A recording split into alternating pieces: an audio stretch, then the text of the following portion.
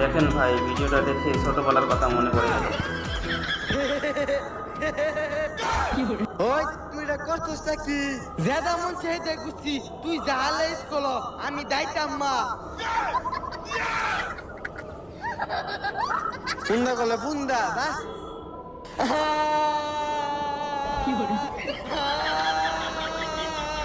ওই আম্মা আম্মা